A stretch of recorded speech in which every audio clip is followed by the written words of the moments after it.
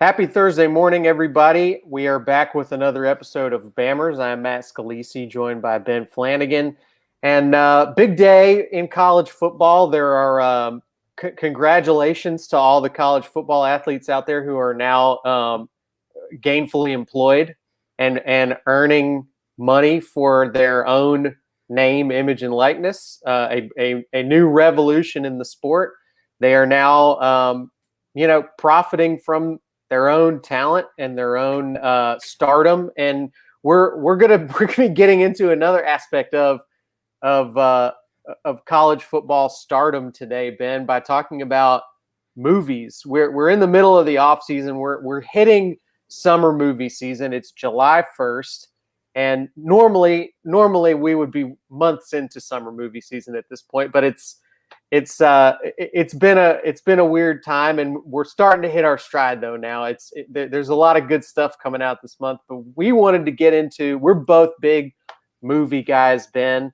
It's what we spend the time we're not talking about college football. We are usually talking about movies, and today we're going to do both. So we'll get into some suggestions we made, but Ben, talking about college football movies is kind of an interesting subject because even though there are many, many great sports movies, I think you and I have always felt like college football is one area of it that has not quite gotten its due from Hollywood.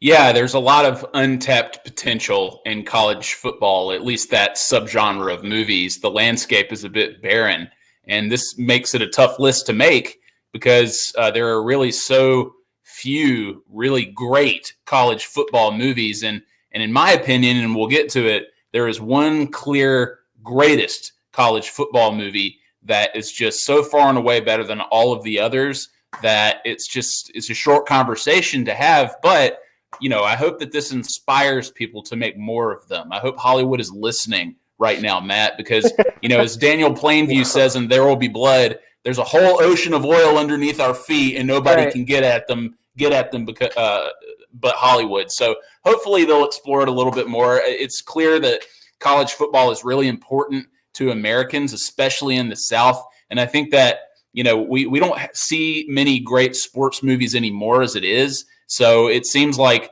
there's a market for it. And that I think that if there are great college football movies out there, they would do very well in this region. For sure. I mean, and college football is a national sport at this point. I think a lot of folks around the country, certainly in LA, where a lot of these decisions get made, and maybe New York too, it's not the biggest deal in the world. They don't look at it that way. But for the majority of the country that doesn't live in pro towns, and that's most of us, this is the big sport. This is the sport where everybody has a team, because no matter where you live, there is a college football program near you, whether you went to that college or not. And you and I know plenty of people who are Bama fans who didn't go to Alabama. I mean, it's a running gag among a lot of people, but it's just the team that folks around here root for. So by the way, I should mention real quick, we always on Bammers want your suggestions as we're talking about our topics. And I didn't even have to ask for them today. They're rolling in from people already. You can see, I'll put a few of them up here. Remember the Titans has been mentioned by a couple people, which is technically a high school football movie. But Ben, do they mention recruiting at all in Remember the Titans? Is there any 5 stars on that team? I think probably for sure, but I can't place exact dialogue or anything, but I'm guessing there were players on the team who probably had hopes of reaching the next level for sure. Yeah, and and you could also say that's true for a movie that we're also not going to talk about today. Friday Night Lights definitely gets into the recruiting side of stuff, and that's a whole other area that really nobody has touched when it comes to movie side and getting into the drama of recruiting. But lots of suggestions coming in already. Keep them coming as we go through our picks. But Ben, why don't we start with one from you just to get into it? Can I make a quick point? Because Yeah, please. where this show is called Bammers, it's about Alabama football. And I think we'd be remiss if we didn't talk about the Alabama football contributions to this subgenre. Unless that's stepping on your list, Matt, can I just make a quick point? Only a tiny bit, but please go ahead. Okay, well, I was just going to say that this is a tough list for Alabama fans, and especially as we get to the end of this conversation, it's going to be really a really hard pill to swallow for a few different reasons. Because Alabama fans don't really have a leg to stand on in terms of bragging rights when it comes to college football movies. There are a few examples, but I don't think that Alabama fans would consider them representing Alabama in this genre. Like, there is Forrest Gump, obviously, in which the title character played by Forrest Gump enrolls at Alabama, and he plays All-American football for Paul Bear Bryant, who is portrayed in that movie by Sonny Schroeder. And then, but at the same time, like, nobody considers Forrest Gump a college football movie, or like, it's hard to even like describe what Forrest Gump is. Then there's also The Bear, right? That 1984 film. It's a biopic about Bear Bryant where he's played by Gary Busey. Yes, and, our colleague Michael Casagrande did a story about it not that long ago, if you want to go search for that on Google. Yeah, and few fans have even seen that movie, and it seems like those who have seen it don't really like it all that much. And then you have The Blind Side, right? Like, Alabama's current coach, Nick Saban, has a substantial on-screen role in it, recruiting Michael Orr, but Saban plays his LSU self in that movie. So do Alabama fans really want to claim that? I don't think so. So very few options out there representing Alabama football. But, Matt, that doesn't mean that there aren't plenty of stories to tell on the big screen when it comes to Alabama football. And considering Alabama is such a global brand at this point, and there have been so many amazing stories in the last 15 years during the Saban era alone, not to mention everything that predated it, hopefully we'll see it back on the big screen soon. And you have to think that this name, image, likeness transition that we're in, this era that we're in now, maybe it could lead to, the movie rights to some players moving forward. So we'll see what happens, and maybe Alabama figures into that conversation. For sure. I think that could be part of the reason why we haven't had more college football movies, is just the lack of access to the people to whom these stories belong. So we'll see. Maybe it will make a change. Let's get into it though, Ben. What's your first movie you want to talk about today? So I toyed with a lot of different movies, including some comedies, but I'm going to start with a comedy here that I know that everybody loves, but it isn't about football, Matt. It's about foosball. It's The Waterboy from 1998. And look, it has a lot of the hallmarks that we should all want from a college football movie. It's about school pride. It's about tradition. It's about the South. Recruiting plays a big role. The competing nature of an athletics and academics balance. Philosophical differences between parents and coaches in the recruiting process. Inter-squad hazing. Like, for an Adam Sandler movie, Matt, like, it really thinks about the bigger picture and dedicates real time and thought to important themes that blend these thresholds between film and sports. Not to say that, other Adam Sandler movies don't normally have this type of depth, but it also has Henry Winkler pulling his pants down to show off a tattoo of Roy Orbison on his butt. So, the cornerstone of any great college football movie. So the Waterboy, that's my first pick, because to its credit too, it does have some very entertaining football sequences, as cartoonish as they may be. It's pretty fun to watch. I would say a couple of things about this. One, this was the football sequences of this movie were largely filmed in the Citrus Bowl in Orlando, which I know because I was there at the time. I did not go, but there were open invites for the public to come be in the stands and hold up whatever the fake college is that he plays for. Is it like Southwest Louisiana State? Gotta be, yeah. Like it's Louisiana. I know that. Yeah. Well, and the other thing I was going to say is that the Waterboy arguably predicted the rise of Ed Orgeron, I would say, accent-wise anyway. Yes, absolutely. Long before anyone knew who Ed Orgeron was, Adam Sandler basically created the template. I don't think that this is right, but according to Wikipedia, it says the University of Louisiana. Like, it just seems like there should be some sort of like directional aspect I would to, have to thought that so. school. Yeah, Yeah, and then they in the end of the movie they play in the Bourbon Bowl, that's right. which That's right. yeah, which may exist now for all I know. There may be some sponsor out there where there is a Bourbon Bowl, but yeah, look, I mean, it's a silly movie. It's not as serious as maybe some of those aforementioned themes might suggest, and I think people know that and are rolling their eyes at the very thought of it. But it's pure entertainment. It's one of Adam Sandler's funnier movies, I think, and more satisfying movies, just like strictly from a laugh standpoint. And people love Bobby Boucher, and people love seeing people get hit by Bobby Boucher, who plays a linebacker in an assortment of positions, both sides of the ball, special teams. I mean, this guy's one of the great on-screen football players ever.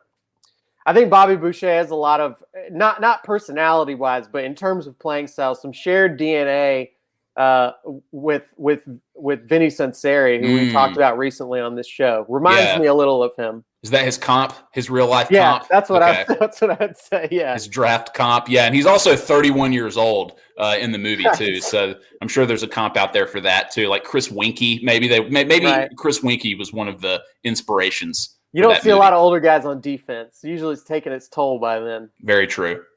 All right, good pick, Ben. I'm going with a more recent movie, and I've already seen some folks suggest it in the comments. I'm going with We Are Marshall from 2006, which is, it gets buried a little bit, and I think it would be fair to say that this is a little bit of a run-of-the-mill inspirational sports movie, but I actually think it's worth your time. I was sort of surprised by it when I saw it. I was expecting it to be kind of your classic Disney type sports movie where you know what all the beats are before they get there. But this actually, I mean, for those who are not familiar with the story that it's based on, there was a terrible tragedy that basically, killed the entire football program at Marshall, and they had to start over from scratch. And it became very important to the entire town where the college is. And it is the story of sort of the rebuilding of that team after a tragic plane crash that basically killed everybody in the program. It was surprising to me, I think, how effective a lot of the scenes were. I'm not going to say that it's not cheesy at all, but I think that's okay. I think you're going to get some of that in sincere sports movies. Matthew McConaughey is the head coach. He's basically the lead of this movie. Matthew Fox from the show Lost also in it as one of the assistant coaches, and David Strathairn is a guy that we know from a lot of stuff. Robert Patrick, so a lot of recognizable names in the cast, and I would say just in general, a very inspirational story, but less focus probably on the football and more of a good movie that shows the sort of emotional ties that a community has to a college football program. I would use this as kind of my prototype example of that type of sports movie that is specifically about college football. And reminds me, this is a movie from 2006, but I would say you've heard a lot of coaches talk about this before. I believe that Nick Saban has talked about this movie and shown it to the team at some point, but it is, to me, serves as a good template for what we saw happen in Tuscaloosa in 2011 after the tornado that ripped through town. It is silly, and I think a lot of people would say minimizing maybe to make it about football, but I think that's missing kind of the point, which is a football team, a college football team especially, that doesn't have all of the sort of corporate tie-ins and is not just a pure money-making machine that's all about its own brand. A college football program can really be something that ties a smaller community especially together when something bad happens. And we've seen it happen in a lot of different places. And I think We Are Marshall is a movie that is about that phenomenon specifically. Yeah, it's a good pick, Matt. It's a movie that I see on a lot of short lists when people talk about good college football movies, and it is a really solid movie. Like, it's just a movie with a capital M, right? Like, and it's a story that was obviously worth exploring on the big screen. A story that a lot of people, especially sports fans, are very familiar with, a tragedy. And I thought that they handled it delicately and reverently. And it's directed by McG, this director who made the Charlie's Angels movies and Terminator Salvation and a lot of music videos that this one's a lot more subtle for McG. Yes, than his very much usual so. fare. But you mentioned, Matthew McConaughey, Matthew Fox, favorite of yours, Ian McShane is in it. Right. Anthony Mackie of Falcon and the Snowman, obviously, and in MCU, Kate Mara, January Jones. So, like you said, the cast is stacked, and it's just a solid piece of Hollywood entertainment. That again, like, we don't see enough sports movies anymore. It's a genre that I think has kind of fallen by the wayside a little bit, and I just love Hollywood treatment of sports. Even if it's relatively safe in terms of how they approach the storytelling. Like, I'm a sucker for that kind of storytelling sometimes. If it's done well, done right, if you have talented people like this in front of the camera and behind it, then it can make for just like a purely enjoyable entertainment experience. So that's a solid pick. All right, what's the next one for you, Ben? Next one for me is more the cynical variety. It's a movie from 1993 called The Program. So I had really high hopes for this movie. This came out right after Alabama won the national championship there in January 1993 after dominating Miami. I certainly know that I and a lot of other people just had college football on the brain, right? Like, we couldn't get enough of it wherever we looked. And this came out a year before that fantastic college basketball movie called Blue Chips. With Nick Nolte and Shaq and Penny Hardaway, directed by William Friedkin, which I think a lot of people forget. I consider that one of the great movies about college athletics ever made. And like that film, it does take a more cynical approach to the business of amateur athletics. And even more so here, sort of the turmoil, the personal stress that the life can create for college football players and coaches. It deals with the pressure on players and coaches to succeed at a high level. It deals with the receipt of improper benefits, steroid use. So a lot of like really serious subject matter that we've seen in real life depicted there on the big screen. A movie that is attempting to be honest about aspects of amateur sports that few people talk about so publicly. And it's directed by this guy, David S. Ward, who wrote The Sting, this Best Picture winner, and he directed what is obviously an all-time great sports movie in Major League. So you know that Ward understands the dynamics of sports and how to translate them thoughtfully and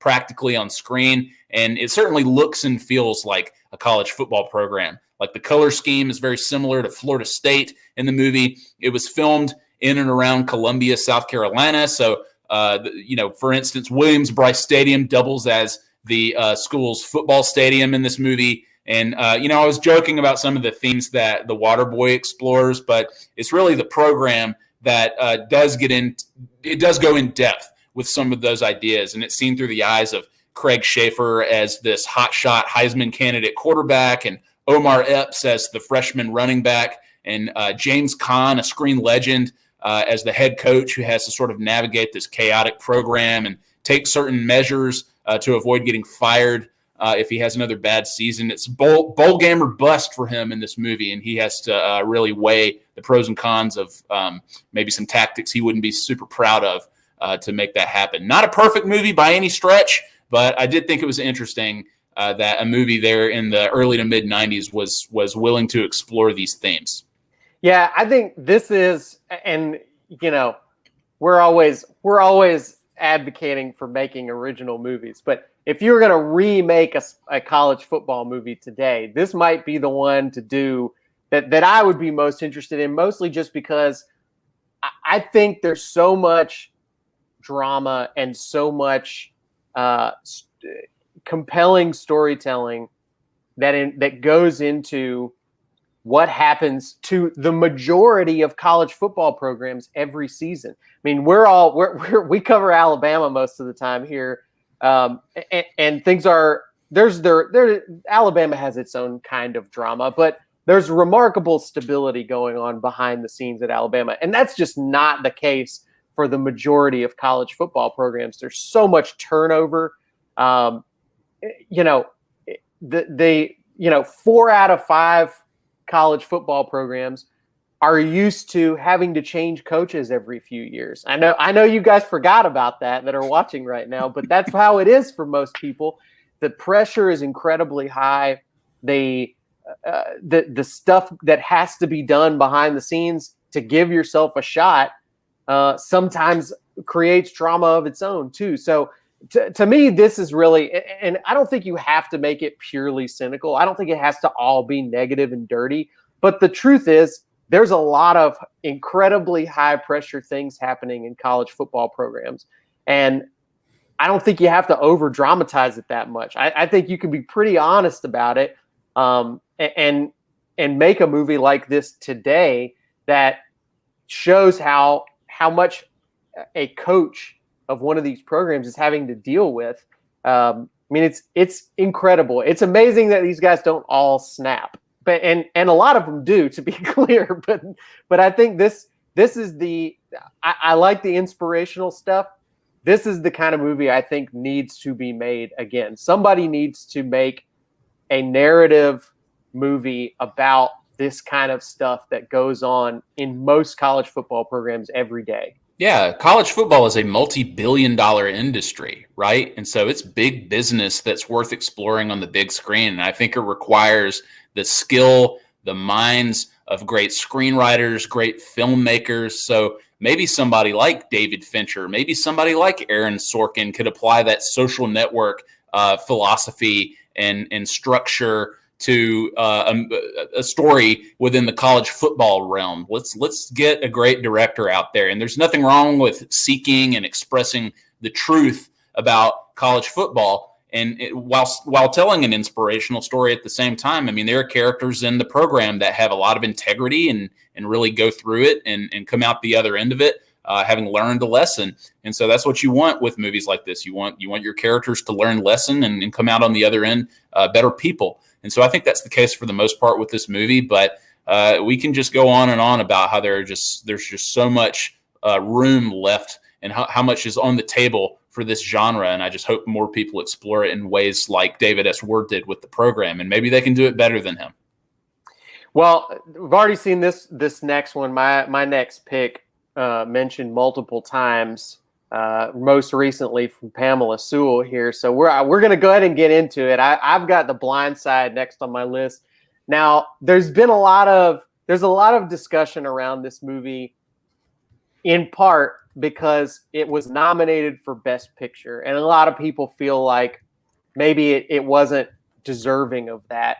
And regardless of that side of it, if we're just talking about best college football movies, there are a lot of really good things about this movie that I think are worth revisiting if you haven't watched it in a while. Is it a realistic portrayal of college football? Certainly not on the recruiting side of things. This is a very glossy movie. This is telling kind of the Sunday night, Wonderful World of Disney version of the story. But that said, I do think it's worth highlighting the positive aspects of how college football can transform somebody's lives. I've obviously done more than my share of stories at AL.com over the years about guys who came from really, really tough backgrounds and becoming a college football player transformed their lives. It got them out of poverty. And sometimes it took more than just getting on the team. A lot of times they do need support, and that can come from a lot of places. And that's really what this movie's about, is about the other people that help a lot of these athletes get to the point where they can climb out of the tough background that they're coming from and become a successful, college graduate. And look, I think if somebody was going to criticize this movie and say they're not talking about a lot of the shadier aspects of how this family was able to get Michael Orr to come to Ole Miss, that's totally fair. I would say that look at this movie as a little bit of a fairy tale, and I think that's fine. This is not a documentary. This is not a gritty, realistic portrait of how recruiting works and how college football works. It's a fairy tale, but it's an entertaining one to watch, and I think people obviously responded really well to Sandra Bullock in this movie. She takes over the movie. She is she is a dominant presence in the movie. And this is kind of other than maybe like her younger year movies. I would say since she's gotten to the current stage of her career, this was kind of marked a line for Sandra Bullock where she became like an adult, older woman actress in this movie, and she's great at it.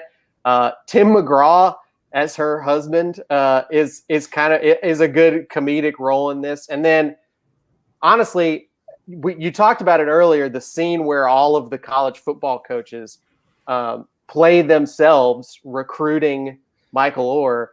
It's a really weird little piece of history to watch, because you think about all the guys that are in that scene and kind of what happened to them in the years after the scene that they're recreating, first of all, but also just since they were in the movie. I mean, so Philip Fulmer's in this movie, Lou Holtz, Houston Nutt, Ed Orgeron. You mentioned Saban obviously is in the movie, and Tommy Tuberville is in this movie. So this movie came out in 2009. Even for Nick Saban, who I believe would have filmed his cameo in this before he had won any national titles at Alabama. A lot has happened for all of those guys since they appeared in this movie. So it's this weird little moment in time. You can go back and look at this kind of A-list of coaches from that period of time and sort of realize what has happened since then. Yeah, that was a really ambitious idea to cast all of those coaches as themselves. The fact that they could round them all up and get them to agree to play past versions of themselves too. Like Nick Saban is the coach of Alabama, and you're going to ask him to recreate himself from LSU. That might upset some Alabama fans. Politically, this might be a bad move. But I got to say, it made for a really unique theater-going experience, Matt, because I have to think that when the people in Spokane, Washington, who filled the theaters to see this movie, didn't all hiss at the screen when Tommy Tuberville appeared on screen, right? But when I saw it in Alabama, in a room full of Alabama fans, there was audible hissing from Alabama fans when Tommy Tuberville graced the screen, booing when Philip Fulmer was on screen. It was an applause, obviously, when Nick Saban was on the screen, even as the LSU coach. So very unique for sure, and it was a special moment, I think, for a lot of fans out there. But I do want to ask you something, Matt. Yeah. So I just wrote a piece earlier this week about the movie Con Air, the Nicolas Cage action movie that I said is one of the most Alabama movies of all time. It sparked a little bit of controversy and debate in some of my personal circles on social media and stuff as to whether or not Nick Cage really had a mullet in that movie. I said he had a mullet, and other people, most people said he didn't have a mullet. Yeah. And I stand by the fact. And so it just reminds me of that type of debate reminds me of, or just sparks this question for me. Is this really a college football movie, Matt? Because it takes place, the majority of it takes place while Michael Orr is in high school, and he's learning how to be a football player at the high school level, and it's really football that saves him from a certain path that he could have gone down, right, had he not had football at the high school level. But I guess the argument is that the end goal is for him to reach the next level. And there's so much about the recruiting process that's explored in this movie. And you have all those college coaches that you mentioned, and it's a pervading theme in this movie that he wants to be a college football player. So do you consider this a college football movie or a high school football movie? Yeah, I do consider it a college movie. And I think that goal is really why. I think if this was a high school football movie, to me, it would be about winning state, right? and that's not focused on the results in high school for his team are not really part of the movie. The journey that he's going on is to become a college football player, and it's from the recruiting side of it, from the academic side. Again, it's really all about, we got to get him into college.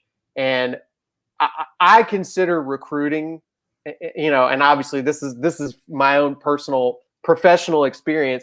I consider recruiting to be a college football story when I'm writing a recruiting story, because I'm writing it for college fans who want to know who's coming to my school next. So to me, this is a recruiting story, and this is a glossy fairy tale version of how recruiting works. But if you just wanted to explain recruiting to somebody who never thought about it before, who didn't have any idea why it's important or why should they care about it on a personal level for the people involved, I do think it's a good introduction to that, and how hard it is for these guys, how much it goes beyond where do you want to go to college. There's so many other aspects that have to be considered. And the high school coach, I should note, is mentioned and is a character in this, but I'm gonna tell you why that's also a college aspect of this, because Ray McKinnon, who plays his high school coach, I believe he's called Coach Cotton in the movie. It's actually in real life that his high school coach was Hugh Freeze.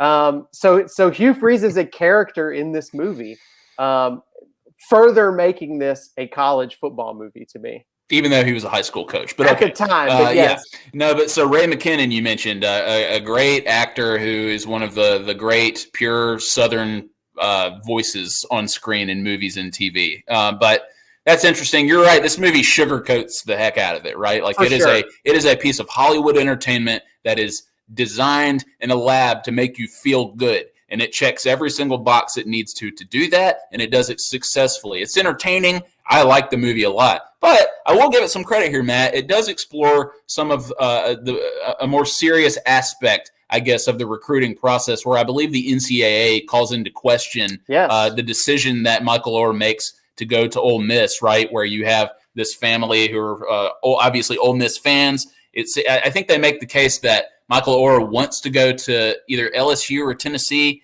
I can't remember, but the NCAA thinks that the family or like his like academic advisor or tutor or something sways him into picking Ole Miss, and so that they call that into question. So there's a little bit of a scandalous subplot in the movie that explores maybe some of that, honest side of it. And to be clear, that is in this movie, that is dismissed as complete nonsense that we should be rooting against and saying it definitely didn't happen. Right. I just mean in the sense that it's not all just like a rosy story. For sure, yes. It does, like, in terms of like the whole recruiting process, it does attempt to sort of weave in the sort of like, I guess, skeptical aspects of that process, right. You know, and people throwing roadblocks in the way of student athletes trying to, you know, realize their dream.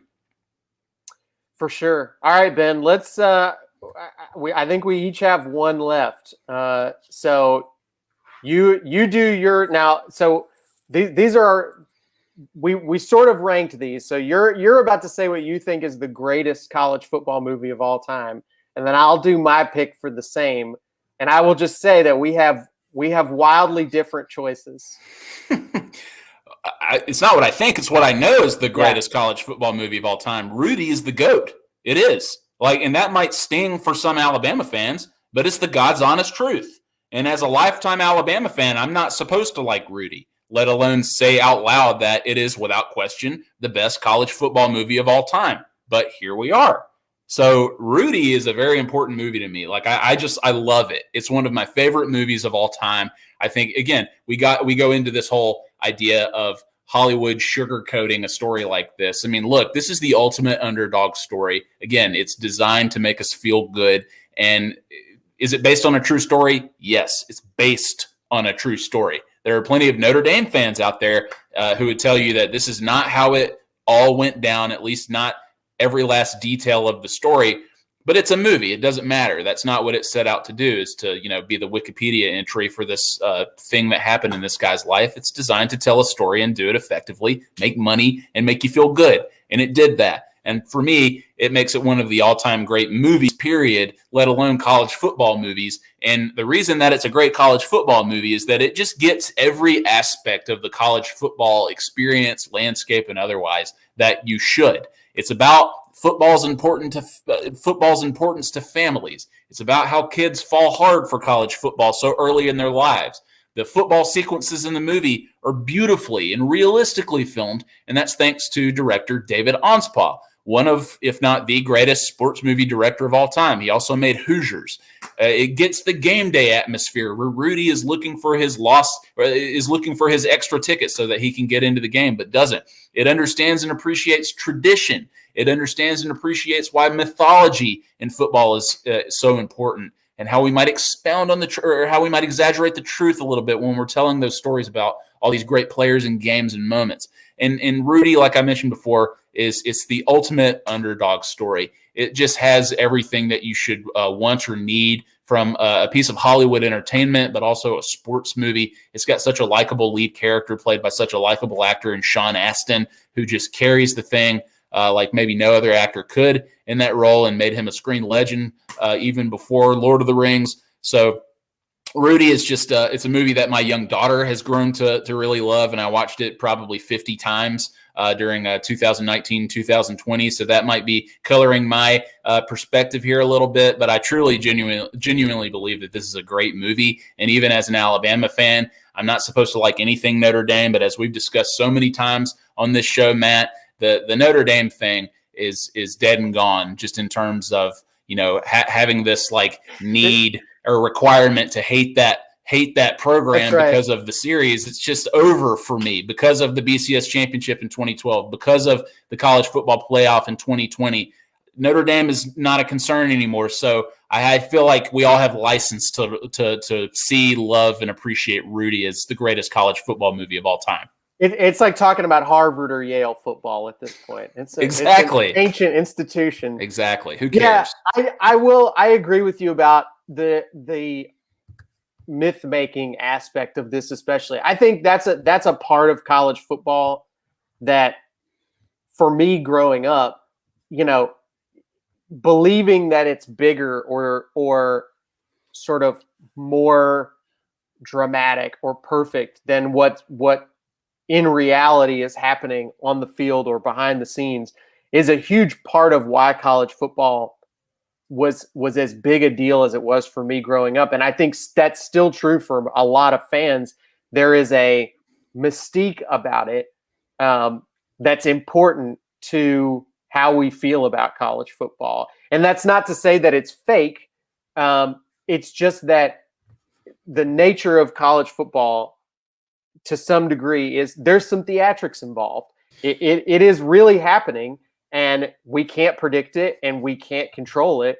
But the part of it that happens on a stage is what we really remember in our minds. And there is a theatricality to that. I mean, we were talking about the Terrence Cody's block last week in a piece that we put up on the site, and it really happened, and nobody knew it was going to happen. But I was thinking about that part of it. I mean, it was happening in this, in this sort of isolated place on the field, and everybody that was in the building saw it and has their own memory of how it went down and what it sounded like and what it felt like at the time.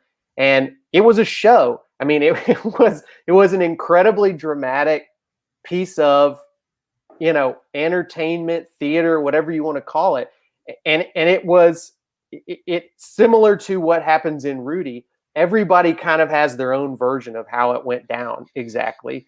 And there are people who will, people on the Tennessee side will tell you they didn't follow the rules and it should have been Tennessee's ball or whatever. Right. I think that is an important part of college football that doesn't really get explored in other movies, is that some of this is about creating bigger than life moments for the fans Um, I think that's part of what makes college football so special to a lot of people is it doesn't feel real sometimes. It feels like you're watching, a movie play out in real life. And in Rudy's case, it obviously is a movie, but I think it captures that element of college football. Yeah, look, we embellish because storytelling makes us feel good about the world and ourselves as fans, right? Like you mentioned the Tennessee block, right? Like, was Julio Jones really 20 feet in the air behind Right. Terrence Cody and like he would have blocked it anyway had Cody not gotten it? No, that the ball probably gets away and it's either good or it's not.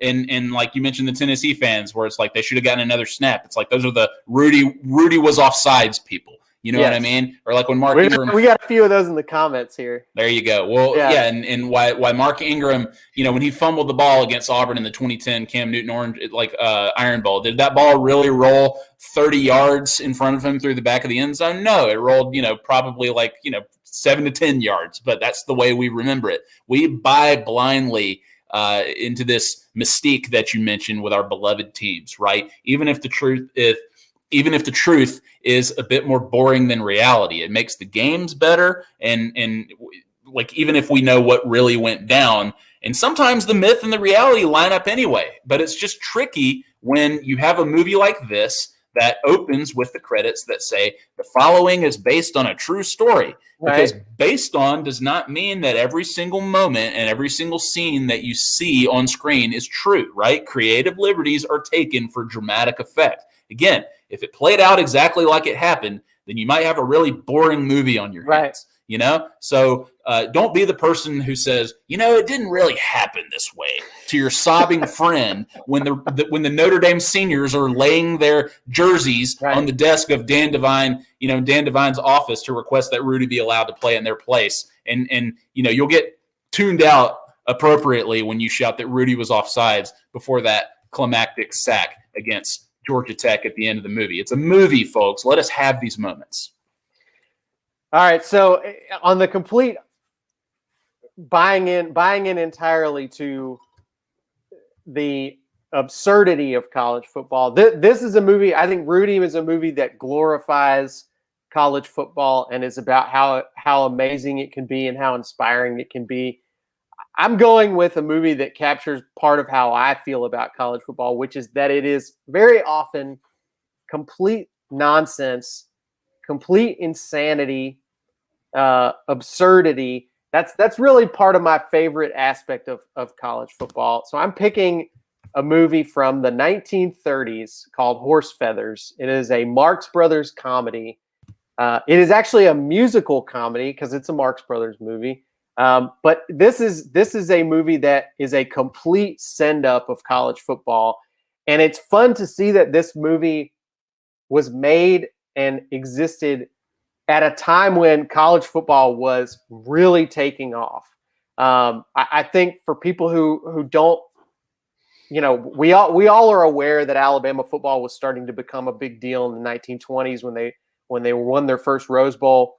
But I think if you know the history of the sport, you know that it went from being this very snooty Ivy League only activity before that was really, it was only happening at Harvard and Yale and a handful of very prestigious schools, to suddenly this became a national sport that everybody cared about all over the country. And Alabama played a big role in that, in nationalizing the sport.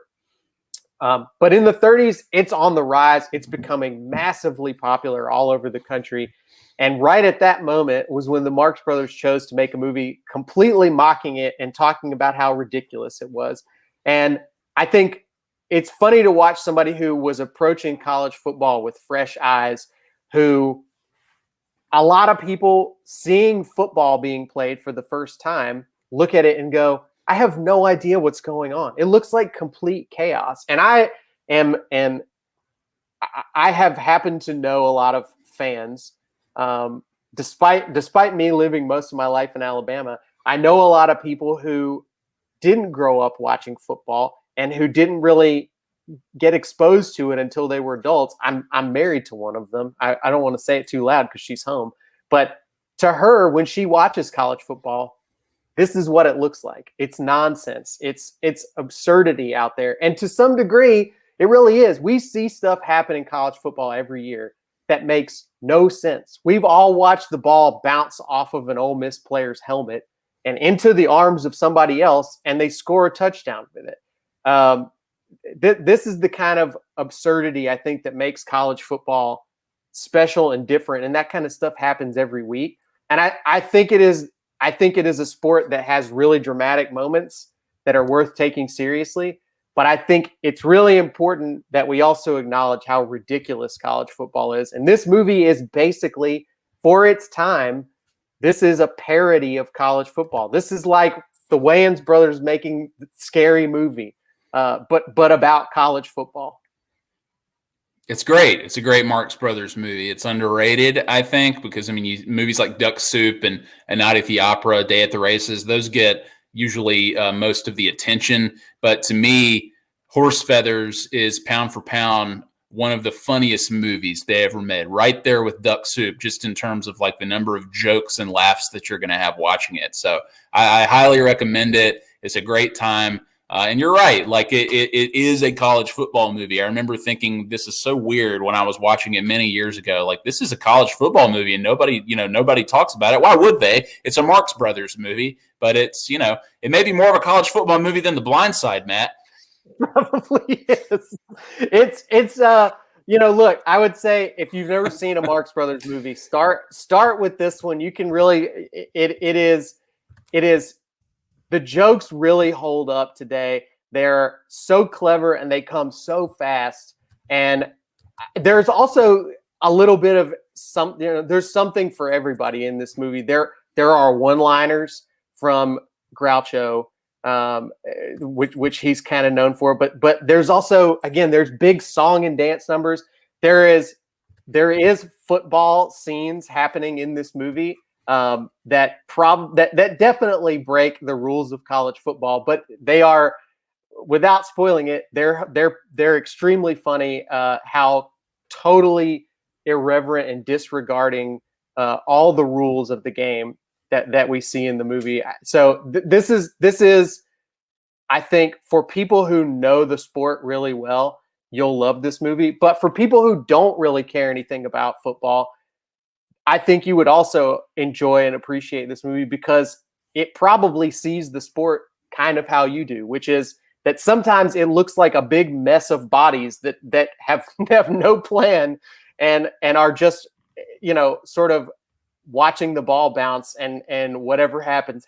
So this is, to me, a movie that really captures the absurdity of the sport that we love so much.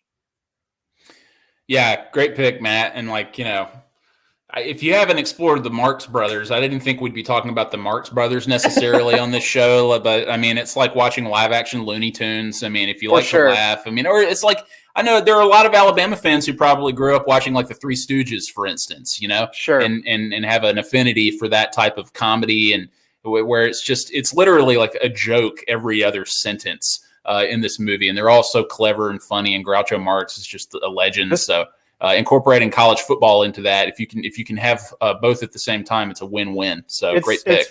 Football Space Jam is what you just made me think of since you brought up Looney Tunes. But that's the vibe. It is. Don't expect anything remotely resembling realism, but definitely a good time. So highly recommend that one. Tons of comments pouring in. I do want to say somebody got involved in our Tennessee game discussion, pointing out that since Cody's helmet came off after the change of possession, it would have been unsportsmanlike conduct against Alabama. 15-yard penalty in Alabama's ball. Tennessee fans can continue myth making if they want, but it's not going to help. Ben also in the comments down there listed his post about Rudy. So go and check that out. Click the link if you want to read more about Rudy. I'm sure you do, Alabama fans. Well, Ben, fun discussion today. A ton of activity in the comments, so we appreciate you guys getting involved.